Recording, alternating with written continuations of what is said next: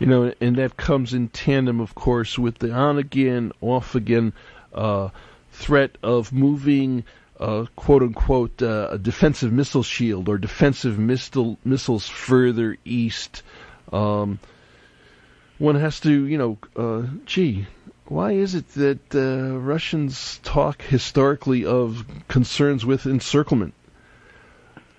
That's because they're paranoid and they have an inherently authoritarian streak. If you don't believe me, just read the New York Times, Washington Post, Wall Street Journal, listen to CNN and so forth. I mean, this is kind of steady drumbeat of, derogatory racist characterizations that are meant to so thoroughly dehumanize a targeted population that if they're exterminated, no one's going to lose any sleep about it. I do not exaggerate.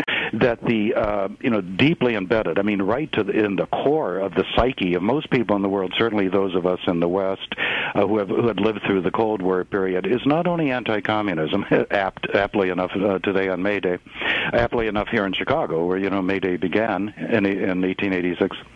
But even deeper, arguably, than the anti-communism is the carefully cultivated Russophobia. To be a Russian is inherently to be wrong.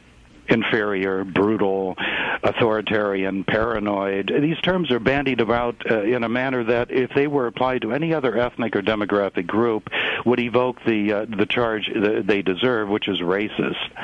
But somehow we're permitted to use this in polite society.